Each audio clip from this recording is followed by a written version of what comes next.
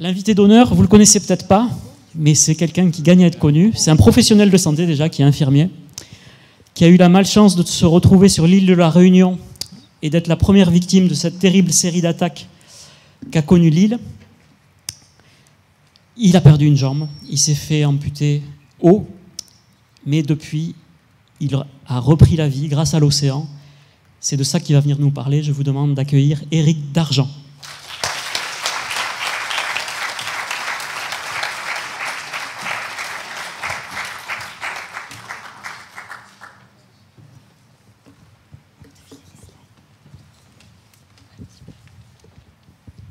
Bon, merci à tous déjà.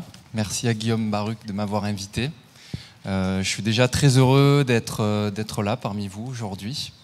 Donc, je vais vous présenter un petit peu mon histoire, présenter mes projets, ce que j'ai pu réaliser, puisque cet accident qui a eu lieu maintenant il y a 2 ans et demi, c'était le 19 février 2011. Il s'est passé énormément de choses. Voilà, donc j'ai préparé un petit PowerPoint. Alors on y va. Hop. Donc mon histoire, c'est déjà avant mon accident, j'étais un surfeur passionné. Le surf pour moi, ça représente énormément de choses, ça représente une grande partie de ma vie. C'est énormément de plaisir, c'est voilà, le sentiment de liberté, un sentiment de communion avec la nature. C'est des moments passés avec les potes, c'est des voyages. C'est toute une vie finalement qui se construit autour du surf. Et pour moi, voilà, c'était quelque chose vraiment de passionnel, de dévorant avant même mon accident. Et c'est d'ailleurs des fois même des moments difficiles ou compliqués avec sa compagne, c'est parce que c'est tellement dévorant qu'on en arrive des fois à ce que ce soit difficile. Et puis effectivement, voilà, le 11 février 2011, le 19 février 2011, je suis parti sur l'île de la Réunion. J'étais parti à ce moment-là pour excusez-moi, je vais passer là. Voilà. Donc, je suis parti sur l'île de la Réunion et c'était à l'époque pour essayer d'aller habiter là-bas. J'avais envie de trouver un pays où je puisse surfer. Je suis infirmier, donc je savais que je pouvais potentiellement avoir du travail là-bas. J'avais des amis qui habitaient là-bas. Donc j'ai découvert cette île de la Réunion où vraiment c'était avec des vagues incroyables, des moments incroyables qui se sont passés là-bas. Et malheureusement, effectivement, j'ai croisé le passage d'un requin. Donc ce qui se passe à la Réunion actuellement, c'est quelque chose c'est un sujet à part entière. C'est quelque chose de compliqué ce qui se passe là-bas. Voilà, donc je vais peut-être pas revenir sur toute la polémique qui se déroule à la Réunion et qui se déroule encore.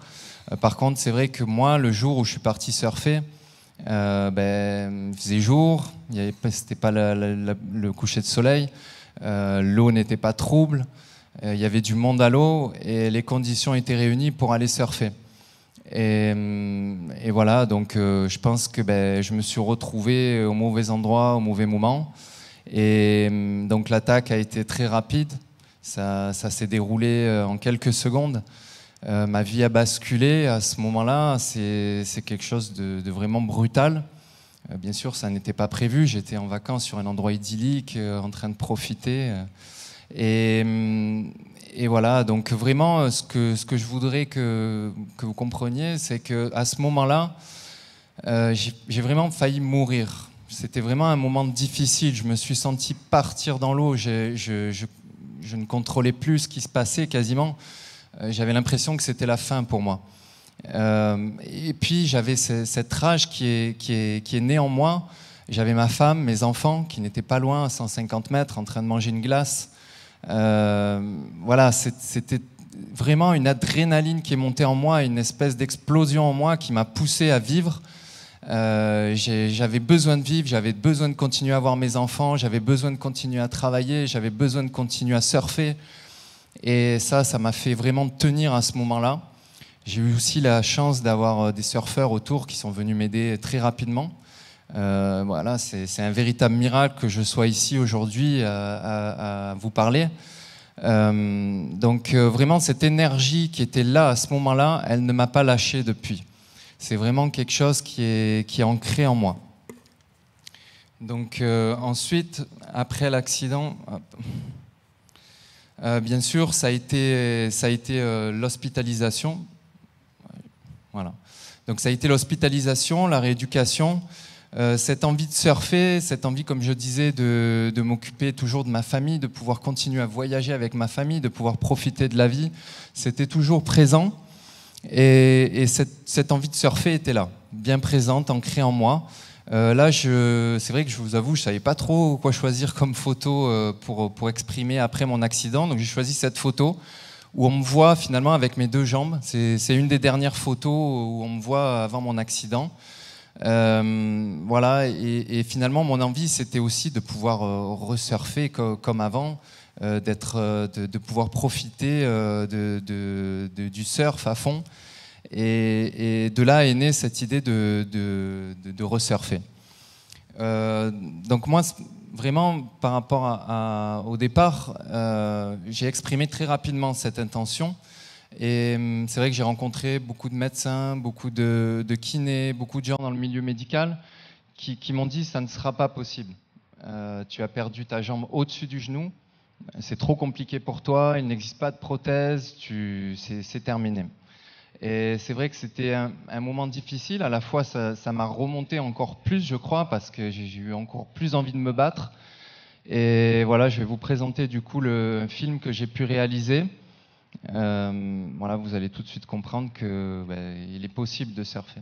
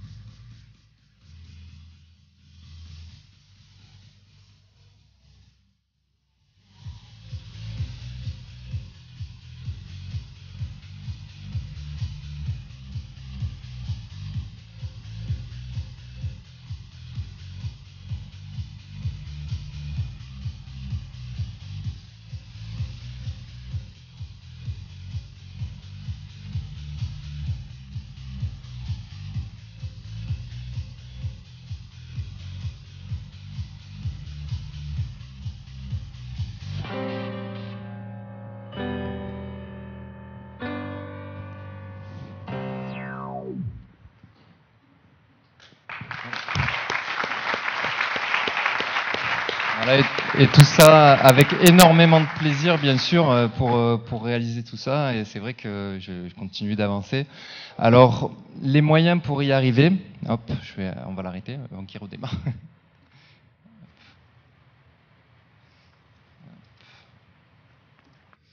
Voilà, donc pour arriver à pouvoir resurfer comme ça a été très compliqué. Ça a été un chemin qui a pris plusieurs années, du coup, puisque ça fait 2 ans et demi.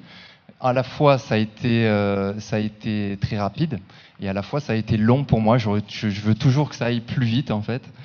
Donc, les moyens, il a fallu que je me donne des moyens pour y arriver, bien sûr.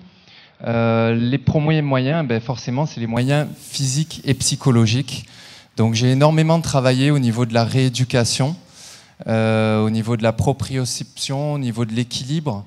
Donc forcément, ça a été dans des centres de rééducation avec des kinés qui se sont efforcés de me faire retrouver au maximum mon équilibre. Et puis après aussi, en reprenant forcément aussi le sport. Et voilà, donc ça s'est fait vraiment tout doucement, en même temps que je commençais à cicatriser au niveau de mon moignon, et voilà, ça a pris beaucoup de temps. Il y a aussi des moyens psychologiques, donc ça, le moyen psychologique est aussi ultra important. C'est les personnes qui m'entourent, c'est les personnes qui m'aident. Là sur la photo, on peut voir donc mon club de surf, le Loumartec Surf Club, accompagné d'Edouard et Antoine Delperro. Edouard Delperro qui doit arriver incessamment sous peu et qui est là apparemment, voilà, au fond. Donc je le remercie, qui est venu lors d'un événement sur Carreau à Martigues, dans le sud-est de la France, donc participer à une journée autour du handicap. Et vraiment, cette aide apportée par les amis, par la famille, par les proches est très importante aussi pour moi, pour me permettre d'avancer, pour me permettre de me soutenir. Il y a bien sûr les moyens aussi d'équipement. Donc j'ai aussi beaucoup travaillé pour adapter le shape, notamment sur les surfs. Donc forcément, puisque je suis amputé sur ma jambe avant, j'ai dû modifier les volumes de mon surf que j'utilise. Je mets énormément de volume sur l'avant pour avoir un maximum d'équilibre sur cette jambe amputée, sur cette prothèse, et un arrière plus fin me permettant de diriger beaucoup mieux la planche. Ces adaptations, de toute façon, c'est des adaptations qui sont évolutives, c'est-à-dire que pour l'instant, j'en suis là, mais je continue d'avoir plein d'idées qui arrivent. À chaque fois que je surfe, je me dis tiens, ça, il faudrait l'améliorer, tiens, ça, il faudrait le retoucher. Tout prend du temps. Et au fur et à mesure que j'avance, là, j'ai pu, par exemple, dernièrement, créer sur un surf un appui où je viens glisser mon pied prothétique. Donc le pied, en fait, c'est là, j'ai emmené ma prothèse pour que vous puissiez voir. Le pied est ici et j'arrive à glisser ce pied dans le surf, ce qui me permet d'avoir une accroche beaucoup plus importante. Donc tout ça pour vous dire que c'est en constante évolution et que rien ne m'arrête et que j'ai envie d'aller toujours plus loin. J'ai envie de progresser, et pour moi, bien sûr, et aussi pour le faire partager derrière, pour permettre à d'autres de pouvoir goûter à ce plaisir de surfer, et de permettre à des gens qui sont amputés en fémoral comme moi de pouvoir goûter au surf et au plaisir de la glisse. Au niveau des adaptations aussi, je peux vous parler de la combinaison. J'ai pu trouver aussi un partenariat avec Rip Curl qui me permet d'avoir des combinaisons adaptées, parce qu'au départ, le plus gros souci que j'avais, c'est que j'avais beaucoup d'eau qui rentrait dans l'emboîture ici, à ce niveau-là, et la prothèse devenait complètement incontrôlable. Donc c'est vrai que ça aussi, c'est très important, toutes ces petites adaptations au niveau de l'équipement, du shape, qui me permettent d'avancer.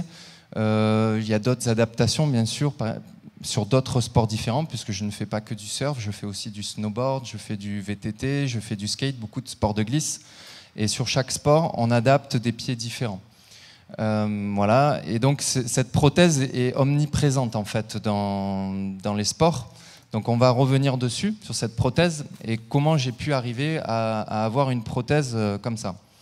Donc au départ, quand je me suis retrouvé amputé, la première réaction, c'est bien sûr, je voulais resurfer. Et puis j'ai regardé sur Internet, j'ai cherché, je me suis dit c'est pas possible que dans le monde il n'y ait pas quelqu'un qui soit amputé en fémoral au-dessus du genou comme moi et qui n'ait pas une prothèse. Et je ne trouvais pas, j'ai trouvé un surfeur brésilien, Pirata, qui surfait sans prothèse, qui surfe très bien d'ailleurs, mais je n'ai pas trouvé de personne amputée en fémoral utilisant une prothèse. Et j'ai rencontré à ce moment-là des personnes qui m'ont permis d'avancer, notamment Ismaël Guiorit, de Vague d'Espoir, qui lui est amputé en tibial et qui a eu cette phrase qui m'a dit mais c'est génial qu'il y ait un surfeur qui soit amputé en fémoral et qui veuille resurfer, parce que je suis sûr qu'on va arriver à faire quelque chose. Donc sur le coup, je me suis dit oh, qu'est-ce qu'il me dit celui-là? Et puis voilà, il m'a transmis un petit peu son énergie aussi. Et j'ai rencontré aussi une autre personne, Patrice Baratero, qui lui a énormément travaillé dans le snowboard au niveau de la prothèse pour les amputés fémoraux. Et finalement, quand il m'a raconté son histoire, je me suis vu de la même façon dans le surf. Il m'a dit, voilà, il y a 10 ans, personne ne me croyait. Un amputé fémoral qui veut surfer, mais c'est du délire.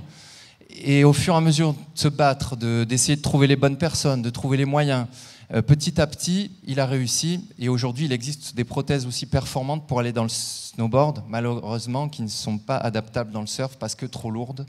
J'ai pu en tester une où j'ai failli me noyer puisque j'arrivais plus à remonter.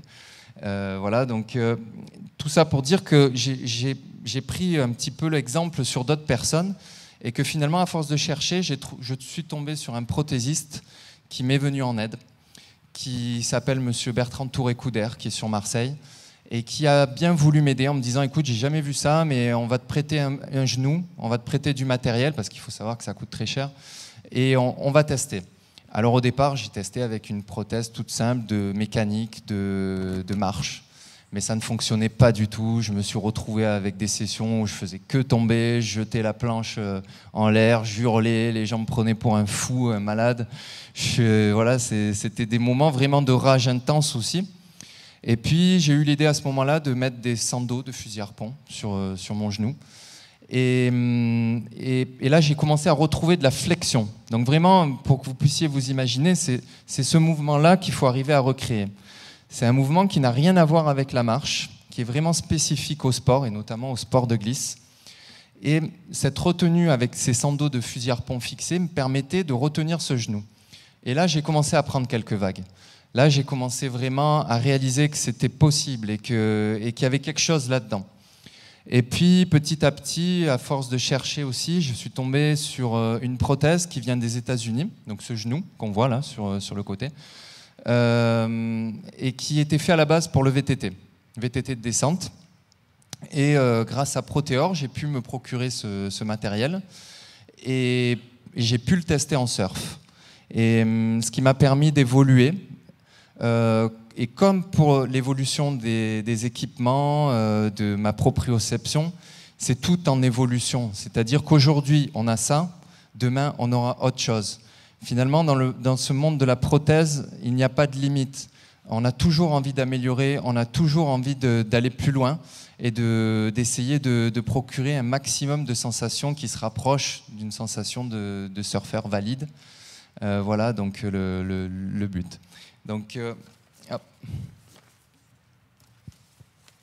maintenant qu'on a vu les moyens, je voulais vous parler des bienfaits du surf, pour moi, puisque c'est ce qui aussi, voilà, on est là aussi pour ça, le surf, l'océan, la santé. Donc effectivement, pour moi, les bienfaits, ils sont là, ils sont importants. Mis à part les bienfaits du surf qu'on connaît, enfin que les surfeurs connaissent, et que voilà, qui est les sensations de liberté, de glisse, par rapport au handicap, il y a vraiment des sensations qui sont là et puissantes. La première, qui est vraiment pour moi très importante, c'est vraiment cette sensation de transcender le handicap. C'est-à-dire que quand je surfe, je ne suis plus un handicapé. J'évolue dans la vague, je regarde ce qu'il y a devant moi, je pense surf, j'ai mon esprit qui se focalise sur la vague et j'oublie ma prothèse. Et je peux vous dire que c'est vrai que c'est un plaisir énorme. Et cette adrénaline, elle est multipliée par 10, voire plus. Et c'est vraiment un moment intense à chaque fois que j'arrive à réaliser des mouvements que je ne faisais plus, arriver à me caler dans des tubes. C'est vraiment un moment de plaisir énorme. Et forcément, ça entraîne un équilibre psychologique, puisque pour moi, c'est ultra important. Il y a presque cette sensation de fierté d'arriver de rage par rapport à avoir failli mourir, de revanche envers la vie. Donc vraiment, on a envie d'en profiter, et c'est ce que j'essaye de faire. Donc c'est pour ça aussi que l'association Surfeurs d'Argent a été créée, au départ par ma cousine, avec trois gros objectifs pour mon association. La première, évidemment, de continuer à faire progresser ces prothèses, donc par des partenariats, comme on a vu avec Proteor Handicap Technologies, avec mon prothésiste, par des partenariats aussi, là maintenant que j'ai plusieurs projets pour essayer de continuer à perfectionner ces prothèses, notamment avec des écoles de mécanique, d'usinage. Donc j'ai plusieurs projets en route. Au niveau du partage aussi, c'est vrai que forcément au départ c'est une envie personnelle, mais c'est une envie aussi de partager ce plaisir. Et au travers des événements, donc là on revoit des photos justement du Surfeur d'Argent. Il y a eu d'autres événements, bon, j'ai pris ces photos, mais voilà, le plaisir d'emmener quelqu'un qui ne pensait plus jamais aller dans l'eau, l'équiper, l'emmener sur un paddle, le faire surfer avec ses enfants, avec sa famille. Je peux vous dire que le sourire il est énorme, et que voilà, la puissance de ce moment est vraiment intense. Et moi, ça me donne aussi du plaisir de pouvoir accompagner des gens comme ça et de pouvoir leur donner cette opportunité d'aller dans l'eau. Je veux plus entendre que ça n'est pas possible. Je veux plus entendre que des gens disent mais non, tu es amputé, tu as ça, ça n'est pas possible. Je veux qu'on laisse l'opportunité aux gens d'essayer, d'avancer. Voilà, pour moi, c'est important. Et au travers de mon association, je donne cette opportunité à d'autres personnes amputées de pouvoir aller dans l'eau. Il faut savoir que ces prothèses sont très chères. Là, cet équipement que j'ai aujourd'hui, c'est aux alentours de 16 000 euros. En France, on a les prothèses de marche qui sont remboursées par la sécurité sociale. Les prothèses de sport peuvent être avec quelques petites aides, mais ne sont quasiment pas remboursées. Et c'est un problème aussi pour les personnes amputées, parce que 16 000 euros, c'est très difficile à sortir. S'il y a une assurance qui est là, qui peut intervenir, c'est très bien, mais comme moi, dans mon accident, j'ai pas pu faire intervenir l'assurance du requin. Il a fallu que je me débrouille autrement. Et donc j'ai persévéré, j'ai trouvé ce partenariat, et par mon association, le but aussi est de pouvoir avoir des prothèses, de récupérer des fonds bien sûr pour pouvoir les acheter, pouvoir les créer et pouvoir les faire partager. Ensuite et enfin, donc le troisième objectif de mon association, c'est de réaliser des défis autour de la mer. Donc les défis, ça peut être des défis que j'ai pu faire, par exemple de pouvoir resurfer des vagues de 2,50 m à Guétari. Pour moi, c'était un défi. Pouvoir resurfer des vagues ultra creuses et essayer de me caler des barrels, c'était pour moi un défi. De venir vous parler aujourd'hui, là, de prendre la parole et de m'exprimer devant vous, c'est quelque chose que j'aurais jamais fait avant. Donc pour moi aussi, c'est un défi de vous parler du handicap et d'essayer de vous donner une idée de ce que peut être une prothèse et les objectifs qu'on peut avoir. C'est aussi un défi. Donc j'essaye d'avancer au travers de tout ça. Voilà, donc on va arriver à la conclusion. Hop. Donc pour moi, il ne fait vraiment aucun doute que le surf et l'océan sont vraiment des outils de la santé. Voilà, pour moi, c'est même pas quelque chose qui est à expliquer, c'est quelque chose qui est là, qui est présent. On le voit, on l'a vu là tout à l'heure avec la mucoviscidose. J'espère que les gens qui sont présents et ceux qui peuvent agir pour pouvoir intervenir et pouvoir vraiment mettre en place des choses pour que ça devienne des outils de la santé. que ce soit fait derrière, après cette conférence, et j'espère que voilà, cette conférence portera derrière. Il faut bien comprendre, voilà, pour les handis, il y a vraiment des difficultés physiques, des difficultés psychologiques, des difficultés sociales qui sont bien présentes. Et j'espère vraiment voir un jour le handicap s'inscrire dans l'histoire du surf. Je pense qu'elle est déjà en train de s'inscrire. Elle s'est déjà inscrite par plein de choses, plein d'actions qui sont mises en place par différentes associations. Mais j'espère que ça va continuer à s'accentuer. Et voilà, et donc comme c'est écrit, rien n'est impossible, il faut juste y croire. Moi j'y crois. Et voilà, j'espère que tous ensemble, on pourra aller très loin. Voilà, merci.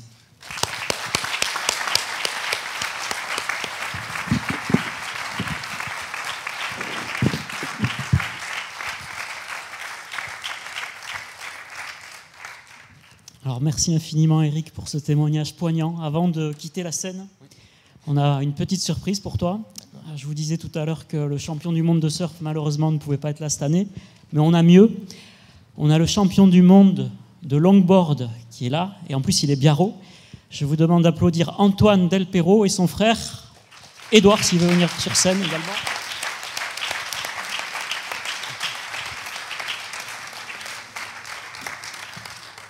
Parfait, ils sont là tous les deux alors.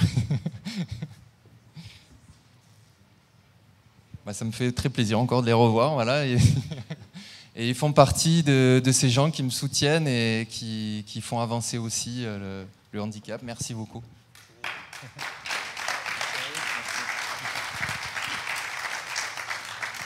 Alors je ne sais pas si vous avez envie de dire un petit mot à Eric par rapport à son combat qu'il mène et à son action. J'ai un micro. Bon. Bonjour à tous. Moi j'ai rencontré Eric il y a un petit moment déjà et c'est vrai que ce qui lui est arrivé c'est incroyable, ça aurait pu arriver à n'importe qui.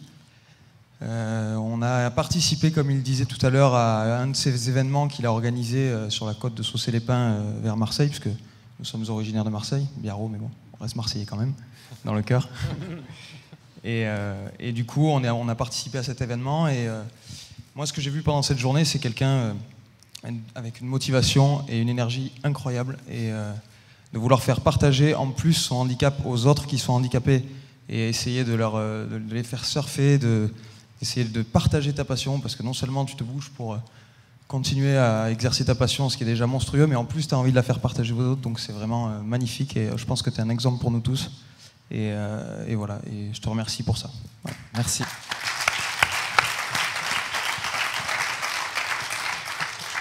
Bonjour à tous, donc je vais juste rajouter quelque chose. En fait, moi je connaissais Eric de nom seulement, j'avais entendu son histoire choquante bien sûr quand on l'entend, c'est sûr que c'est assez impressionnant, surtout pour un surfeur qui évolue dans l'océan.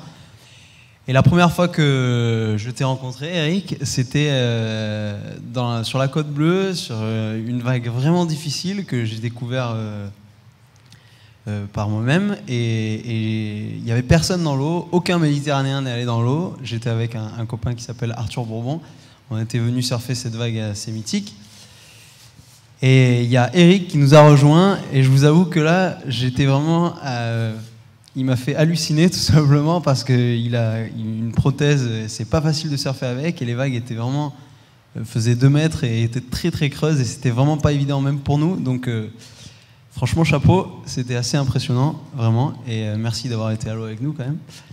Et après, je voulais juste dire que Antoine et moi, on a été invités aujourd'hui et sollicités pour venir soutenir Eric, mais je pense qu'on n'est pas vraiment les personnes qui le soutiennent le plus. Il y a énormément de monde qui le soutiennent, alors qu'on nous offre l'opportunité d'être là et de représenter tous ces gens. Je pense que c'est très important aussi, mais on n'est pas vraiment les personnes qui le soutiennent. On le soutient comme on peut, on participe à des événements qui ont lieu chez nous, mais voilà. Et comme je disais, c'est vrai que ceux qui me soutiennent, finalement, c'est vous tous, c'est toutes ces personnes qui essayent d'agir après, voilà, et qui influent à un moment donné sur le cours de l'évolution du handicap et de toutes les pathologies qui peuvent exister aussi, où l'océan et le surf peut agir. Voilà, c'est à vous tous aussi de faire continuer cette aventure. Merci.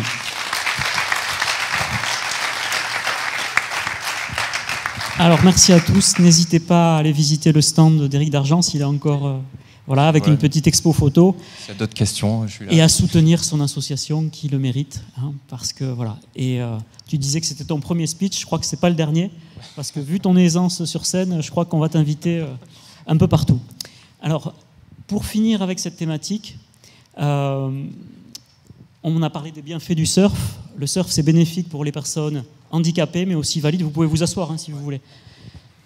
Je voulais juste illustrer l'intervention donc, des frères Del Perro par une petite vidéo d'Antoine, que moi, personnellement, j'ai beaucoup appréciée, parce qu'il parle un peu justement de sa relation à la mer. Hein.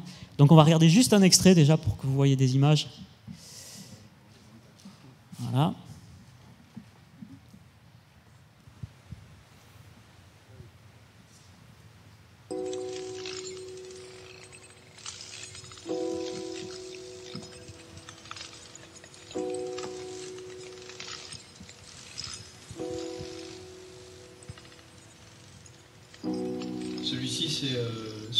Celui-ci me rappelle quelque chose de très fort aussi.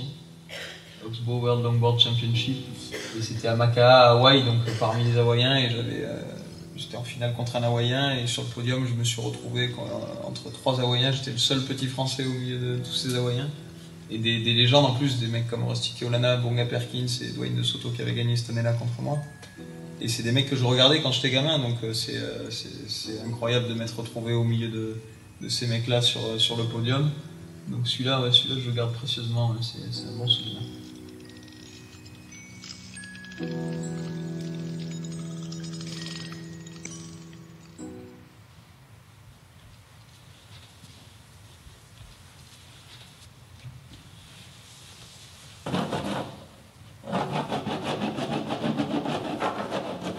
Le fait de faire plein de disciplines différentes, je pense que ça reflète un peu ce côté de liberté et d'envie de découvrir de nouvelles choses que j'ai, parce que en fait justement ça me tient en haleine de surfer tous les jours et de garder l'envie, parce que c'est dur hein, quand on surfe que la même planche tous les jours ou le même style de vague ou machin, à force c'est comme tout, c'est un peu ennuyeux quoi. Et du coup surfer plein de choses différentes, plein de supports différents, que ce soit des petites planches en bois ou des planches différentes un peu twin ou des longboards ou du stand-up, c'est clair que c'est un atout que j'ai et une chance d'arriver à faire un peu toutes ces disciplines. Et ouais, ça me tient en envie de faire du surf. Et en même temps, je suis pas du tout dans le côté nostalgique du passé où je vais surfer que des single fins et où je vais faire un peu un surf à l'ancienne. Non, moi je sais pas, j'aime bien en fait suivant les jours, suivant l'humeur, je sais pas, le surf pour moi c'est vraiment quelque chose qui est magnifique et qui m'aide tous les jours à être heureux et à évoluer et à me sentir bien quoi. Je vais dans l'eau, je me sens bien, c'est l'essentiel quoi. Je sors de l'eau et du coup la journée change quoi. Je me sens beaucoup mieux.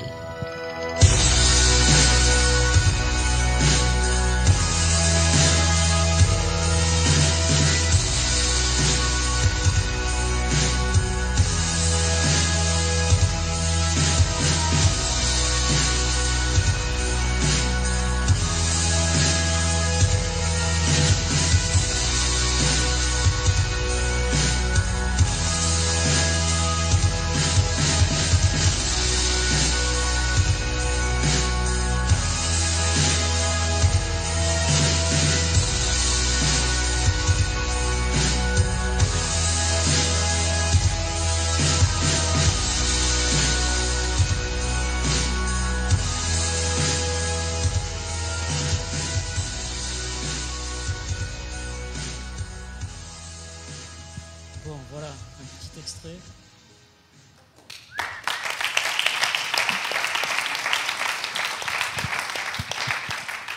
Alors, juste pour finir, tu parles des bienfaits que t'apporte le surf. Est-ce que tu arrives à te passer du surf? Est-ce que tu arrives à passer du temps sans surfer? Et comment tu te sens dans ces cas-là? Ça marche.